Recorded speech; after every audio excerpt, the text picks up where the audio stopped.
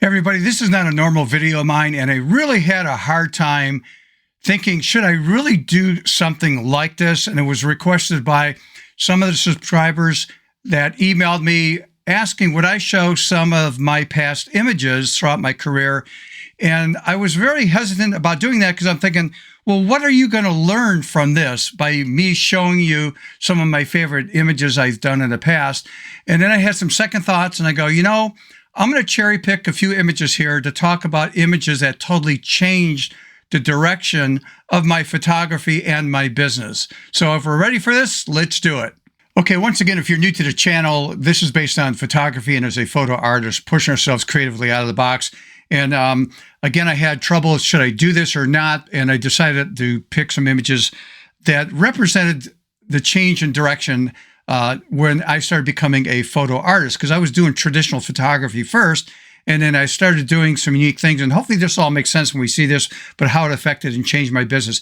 If you've been following my channel for a while, again, this is a bonus video. It's not my normal videos. That's why this is put out here on a Friday.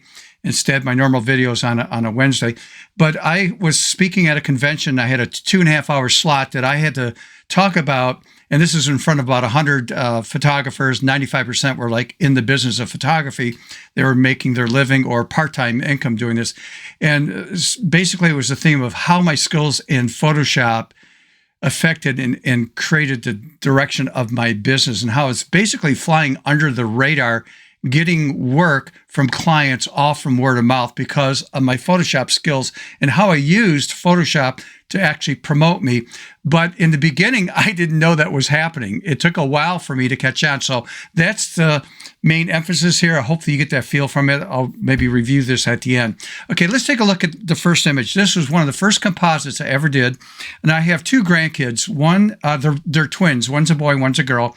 And I'm guessing Dylan here is, I think, around 3 years old when I did this. And one thing I learned when I did this composite and shot him, this is his Halloween outfit. He was perched up on a little box. And it's amazing when you take photographs, you remember exactly where you were and the conditions and stuff. I learned really fast the importance of being on a tripod, pre-focused, so I can talk to him and communicate to him. And basically, you got about a minute with a 3-year-old. Other than that, they started getting antsy and crabby. And so I just wasn't getting the look I wanted out of him. And this was done with 2 speed lights. One was a shoot-through umbrella that was just to my right, doing just a minor fill light over here that you see on him. But the stronger light that you see on his face and up the arm and the chest was the speed light I had on the floor on the left side here, pointing to him. And I just looked at him and I said, Dylan, where's the light? Point to the light. And he pointed to it, and I took the shot, and that's what I did. So this was, again, one of my first composites. I laugh when I see the logo I used to put on these images, and like really big and stuff. But it's amazing when I look at past images, how I would do things different today, which is a good thing because that means you're evolving in your skill level. The next image is my granddaughter. I mean, you can't do one without the other. And so I caught her twirling around. So I took the photo. And again, my style would be totally different today. But again, it was like one of the images that, showed my daughter, and they're showing their friends. And it was just catching attention about what I was doing in photographing children and stuff at that time. The next image is my grandson again, because it's really amazing when they're young and they don't know what you're doing till they see these composites. And every time I come to visit them, they would say, hey, Grandpa, did you bring your camera? I got an idea. Well, Dylan, again, I think he was like 8 or 9 years old. He wanted to redo this image again of him being Spider-Man with a different outfit that had the padding that looked like the muscles and that kind of stuff. And I did the similar thing. And with the same scenery in that, because he wanted to have like a before when he was younger well, he's still young right at this time, but he's going to be turning 15 next month, which is freaking me out. But again, it's just something I'm laughing at because they understand what I was doing and they're coming up with ideas. So it's great that you get to practice, on your own kids or grandkids on this.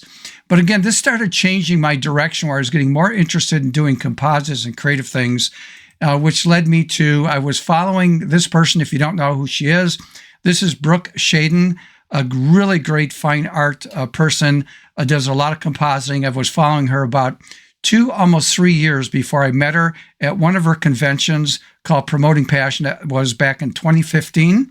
And I learned a lot. It was like a retreat for a week. And I worked with a model that they had over there, coming up with different ideas. So I'll share some of those with you right here. This basically is not a true composite because this model, which I'm sorry, I can't remember her name, was in that dress. Obviously, she didn't have the wings, but I told her what I wanted her to do, and she was like running forward, pointing up like that. And I said, pretend you're going to be jumping and flying in the air. And this was the scenery there with the clouds, but Steve had to put that in at that time. Today, I probably would not put that there. I think it's distracting, but hey, I'm learning like anybody else. And again, here, and the name of this was When an Angel Learns to Fly. That was the whole idea of this. And again, I was inspired, but the rays of light coming from the clouds above or heaven and that, in my opinion, are a bit too strong. I think, again, my taste has changed, but it's fun to see what you did years ago compared to how you would approach it and do it today. The next one, same model there with her mother, and I had this cape lifted up by different people. You can see the hand on that side, but you couldn't there. The problem I had over there was I couldn't find an area that had a flat, clean wall. So we opened up the doors. It was dark out, but we still had this darn fountain out there. So it made it very difficult to cut her out, but this is what I came up with. And again, when I looked at this, the first time I started adding like fog or smoke in an image, and the mother and model really liked this. They actually got a print, but I'm looking at the bats, and I'm thinking, I don't know if I'd even put that in there today, and if I did, I wouldn't make it as big. They would maybe be smaller in the background. But again, we're evolving in our skill level and our editing concepts and the way we see things visually. So, again, that was at that conference. Again, the same model. She was in a boiler room. She just jumped in there and twisted herself around the pipes and that. And then, again, it's not a true composite. I added elements like this. The rope there was photoshopped in. They didn't exist. And the rope over there. Again, this right here. The name of this was Time is Running Out. And there's a time bomb there. The rope there, again, that was photoshopped in. So that was my whole, composite or say image as, based on my vision. When I saw this room, I said, hey, I got an idea. Let's do this. And then that's her. We snuck into the ladies' restroom, but it was late at night. Nobody was there, obviously. Excuse me while I'm grabbing some water here. Cheesy logo. That was me at that time. This big monster logo there. But anyhow, learning how to drop in like water and stuff with reflection and that, and red for her to stand out. So again, it was just a good 4-day retreat of 100 different photo artists. That was the difference at this conference. Not traditional photographers doing traditional photography work. It was all compositing. It was really a blast. Lindsay Adler, I was at a workshop when she came to Michigan. One of the first times I was doing like a fashion shoot and with a model there that she had brought. And this was one of my favorite images I took. And I showcased this image and sent it to her. And she came back with a big wow and stuff like that. And from that day, we've been friends on social media. And I met her a few years ago. And we spent time, breakfast, lunch, and dinner, and worked with her and had a blast. But again, you can see I'm working with smoke and trying to look at the before and after on this. This is the before with the lighting. And then that is the after where I actually enhanced the lighting and started building my skills. This started to become my legal name in business at that time, Simply Pro Photography, which no longer exists. I closed that down. But again, I'm watching the way my work evolved over time, not thinking that this type of stuff was going to affect the normal photography business, like doing weddings and photographing children, high school seniors, was my skills development and doing composites in Photoshop. This one put me on the map with weddings with this couple. You've seen, if you've been following me for a while, you've probably seen this before with the lightning bolt and stuff. And I discovered that they were promoting me because that became a screen capture on their phone. And so they were showcasing me, and I was getting calls from other people that saw, and my vision always is when I do a traditional photo shoot, I'm always looking to do 1 or 2 composites to stand out, to be different. Otherwise, it's just normal stuff that every other photographer does. So I had to be different. I always had this creative side on me. Something that I never really talked about except at the conference, and that is every wedding I did from this point on, I did this at their, and they didn't know this, at their reception, at the reception, which was a baseball theme, because they met at Tiger Stadium years ago. This is a 20 by 30 poster that I had done, displayed when people walked in to the reception. And one thing I didn't do, and I never thought about doing it, but later I started doing it, and that is I put their date of their wedding there. This became a keepsake. People that I did weddings after this were framing this and putting it in their family room or rec room, in their basement, whatever, again, as a keepsake. But again, I'm not the brightest person in the world, but you start putting this at the reception, displayed next to the table where people leave their gifts or, cards and stuff like that, or in the lobby when they walk in, people were taking pictures of the poster, and I had people approaching me saying, "Are you the person that did that poster? This is my fiance. We're getting married next year. We are looking for a photographer. We would love to talk to you." That's how I was getting business, because they were seeing something totally unique and different rather than traditional photography work. So I always had this creative side of me, and I started catching onto this more and more, and it just led to doing bigger and better things. This is my grandkids again. I'm very influenced by Norman Rockwell, watching a lot of documentaries. I came up with this look, not quite finished yet. This is more of the finished look here, but I was showing this to Joel Grimes, if you know who he is. And Joel, again, as I talked about, he's one of my major mentors, really coached me and helped me a lot. But one thing he does not believe in, and that is critiquing images, because we are photo artists. And what right do I have to critique your vision? He just encouraged me to keep doing this. I need to keep doing a whole bunch of these, and I'll refine my look. And he says, don't listen to anybody on what they think about what you're doing. Do what you love to do. Your audience will find you. And man, was he right, because about 80% of my work at some time was shooting kids between the ages of 4 and 5 all the way up to the age 12 with this look, with not a traditional look. There's an interaction amongst the siblings, or if it's by themselves, I don't have them smile. Normally I have them do a goofy look or whatever, but it just took off, and they're always 16 by 20 wraparound canvas prints. That's the minimum size. Some got bigger, but again, my Photoshop skills was used as a marketing tool and got me other clients, because it's something that's totally different. So that's what I'm trying to share with you, that necessarily these are not my favorite images. It just was a turning point in my direction of my career in photography and as a photo artist. This is Ethan Bordnick, a prodigy. He was doing live conferences, or concerts, I should say, at the age of 7, 8, 9 years old. Incredible. He's a teenager here. He was at the Detroit Music Hall. I convinced the guy to allow me to be up, not standing on stage, but down low on stage in front to take a photo. And I said, you can keep track on your watch. I will be there 60 seconds or less. I will not be there more than 60 seconds. He goes, you're on, ready, go. And I just took 2-3 shots really fast, and I did it in less than one minute. And it's a minor, you can't say a true composite, because this is him playing a piano that I photographed. And by the way, that's with the original Canon G1X, not the G1X3. This is the earlier version I had of that camera.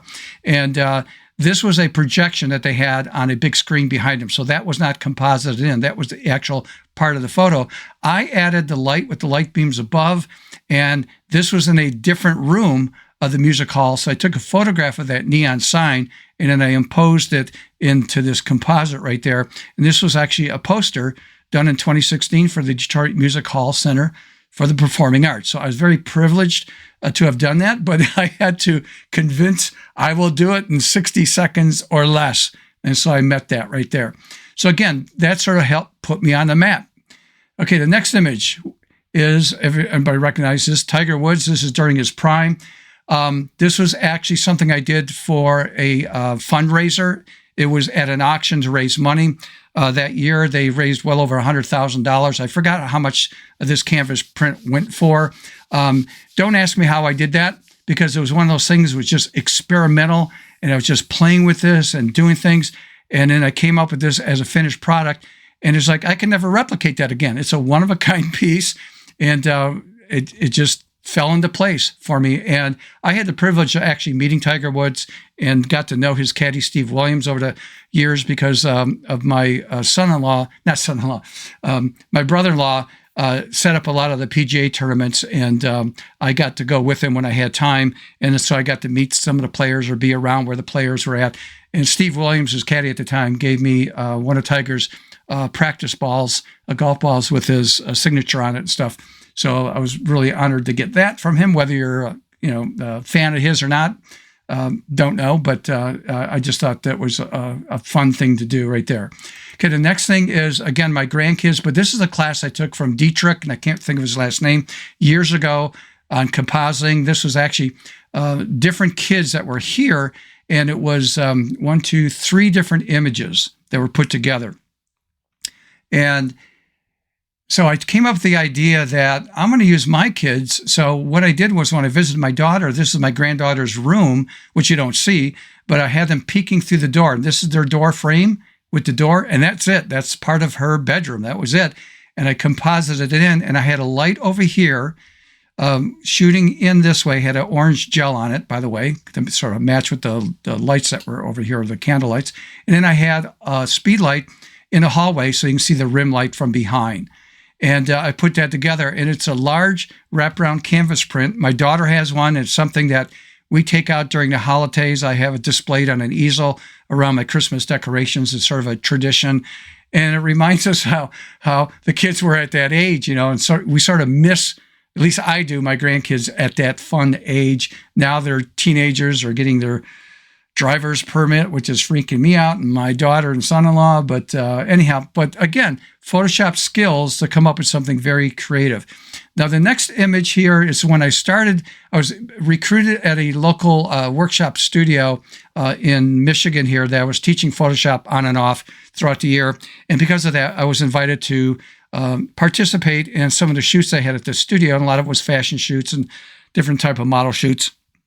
And typically, I don't shoot models, but from this point on, all of a sudden, I'm shooting a lot of models for my Photoshop skills, because that's what I'm trying to emphasize.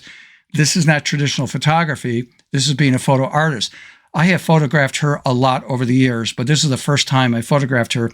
She was just on a bench. So I did this composite look like that, and it went crazy. And when other models see stuff like this, to this day, I'm still getting messages and emails that models want to work with me. I need to update my folder or whatever, and I need to work with you. We need to work together, and blah, blah, blah. And I was trying to tone it down, because I'm very selective on how I'm going to, or who I'm going to work with and stuff. Because again, I'm supposed to be retired, and but I'll occasionally do a shoot coming up here and there throughout the year and that. But anyhow, this next one, which I got to keep this family friendly here. I don't shoot fine art nudes. I mean, it's curious about it, but I'm just not, it's not what I do. So when I was invited to do this, and I was helping with the background setup and helping with other photographers, the head person that put this together was Rochelle, who eventually, her and I became really good friends. She has her own studio now in Pontiac, Michigan. And she looked at me and said, "So you're not going to shoot?" And I go, "Well, I don't really shoot, nude photography. It's nothing what I do." And she looked at me with sort of a tough look on her face, and she goes, "You mean to tell me you can't think of something creative to do?" And in my mind, I'm going, "Game on, lady." And I dropped to the floor. I took 3 shots. One shot was just to see if my exposure was correct. The other 2 shots, by the way, I was just showing you that if I was holding the camera like this, I was on my elbows. The elbows were on the floor, and I was laying on the floor taking the shot. Then I realized I wasn't low enough for the perspective, so I had my fist on the floor with the camera resting on my fist to be like the tripod, and took my 3rd shot, and that was it. I was done. I was laughing because It took me longer to get up off the floor than it did to take the 3 shots. I mean, it literally was like maybe 30 seconds to take those 3 shots. But anyhow, again, Photoshop skills, this was all junky and stuff. I did not like that, but I'm thinking, can I creatively do something very unique and different? And this is what I came up with. And again, I used a plugin to do the aura effect here. And you've heard me talk about this. One of my favorite plugins in Photoshop is Boris Effects Optics. And it has a really cool thing there. But I had to cut her out, do a reflection. I might show how to do a reflection sometime in the future here in Photoshop on my regular Wednesday videos. But when the model saw the image, she requested if that was okay for her to use on her business card. And I said, kiddingly, by the way, sarcastically, hey, for $5,000, you can use it on anywhere you want to use it. But yeah, I was very privileged. I've got the card. It's in my desk drawer along with other cards and stuff. But I was very honored that somebody picked me, to use for their business card. And here I'm not, a nude photographer. And so I was really surprised at the way that came out. But again, I'm trying to emphasize Photoshop skills, doing things creatively, thinking out of the box rather than traditional stuff. Here's another one. Elizabeth, I've photographed her a few times. She got sort of upset at me in a kiddingly way, but she invited me to a photo shoot that I didn't really want to go to. It was sort of outdoors by a farm and that. But she goes, I've got this Pan Am outfit, and I'd love to have you do something creatively with the shoot to do with the airline. And I was go, well, okay, I'll stop by. So I found this stock image that I got, and I modified the stock image because it's very hard to find something that I could use for a composite. When I arrived there, I had to go in the basement of this farm, and it was just pitch black dark. And anyhow, I had preset the lights. I had 2 lights. One was a light with a reflective umbrella a little bit to my right. And then on the far right on the side here, shooting to her, was a gel on it that was orange gel. So you actually see the orange on the legs right here, and then the hair. That was all done with the lights, with the gels. Sorry, again, I'm losing my voice. Got to grab some water here.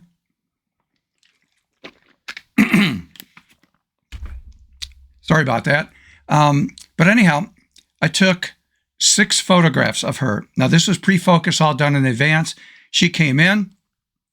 I said, stand here. I took 2 shots. Stand this way, 2 shots. Stand this way, 2 shots. I looked at my camera, and I go, perfect. I got exactly what I needed. And she looked at me, and I won't repeat the swear words that came out of her mouth, but basically is, you're going to tell me you are done? It took me over an hour to get ready, and I come down here, and you're done in 1 minute? And I go, Elizabeth, I got what I needed to get. Why do I need to keep shooting away? And so she goes, okay, with a sort of smirk on her face. And then when I got done with the composite, a few days later, she saw that and she goes, oh my gosh, this came out awesome. So she was really happy about it. But again, my theory, maybe it's because I was photographing kids a lot and you got to be fast and quick to get what you need. It's the same thing when I shoot. In my mind, I got something set. And once I get the shot, I just stop and say, I got what I need. I don't need to sit there and keep shooting over and over again. Okay, another one. This holds a record for me. This is Jenny, and I'll show you a couple images here. I've worked with Jenny numerous times. She is a sweetheart. She had called me up and said, I know you're not doing wedding photography anymore, but I'm getting married in the fall. I'd love to have you shoot the wedding. And I said, hey, I'm in my 70s. It's too tough for me to do it. I'm very high energy and I'm going to be just wasted and I'm not going to be able to do a proper job the way I would like to do it. So thank you for, the opportunity of shooting your wedding, but please find somebody else. So she understood that.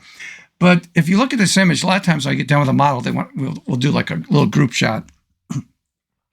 I feel like Keanu Reeves. I will not touch a model. You look at my hands. Like that. She can touch me. She can put her arm around me. I don't care. But I'm posing like that. And we were just getting a little bit goofy on the shoot and stuff like that. But when I see her at a function and that, yeah, we hug each other and stuff, but we're not photographing, right? I'm not shooting her and stuff like that. I've just gotten to know her over the years as a friend. And so nothing can be deemed improper touching. I guess that's my point. So this is a photo shoot I did. I'm not going to show all of them, but I'll show a couple of my favorites. And that is her. She actually makes the outfits. This is for a medieval type look and feel. And I did a total of 7 composites out of a 2-hour photo session I had with her. I have never done that with any other model. It's always anywhere from maybe 1 composite to as many as 3 at a single shoot, but that's about it. But Jenny was so photogenic and was all in on different things, and I had all these things in the back of my mind that I was thinking that we could do, and this is another one of my favorite ones right there. So hopefully I'm making my point on this, and I got to emphasize something here at the end. These are not like my favorite pieces of work. Some of them are, but some are not.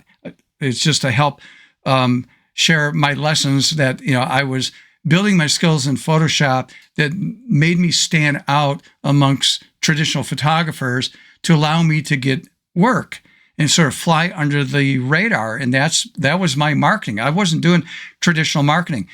I had a website. I wasn't even updating the website. To this day, I'm thinking about taking it down because nobody goes there. I never got work from the website. It was always from word of mouth because of my Photoshop skills.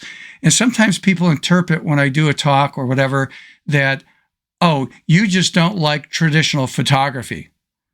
You're always doing this kind of stuff. And the answer was no, I appreciate good traditional photography, but you have to understand there's a part of me that has this creative side that I just need to get out. And if I don't, I feel trapped, basically. So every time I do a wedding or a family shoot or a high school senior, and I'm thinking based on their interests and what they do and that, what can I do creatively that's different, that will stand out? Because when friends and relatives look at images, traditional, images from a wedding or a family shoot, it's, oh, that's nice. Oh, that's nice. Oh, that's nice. Oh. And then when they come to something that's a composite, they stop and they stare and they go, whoa, what's going on here?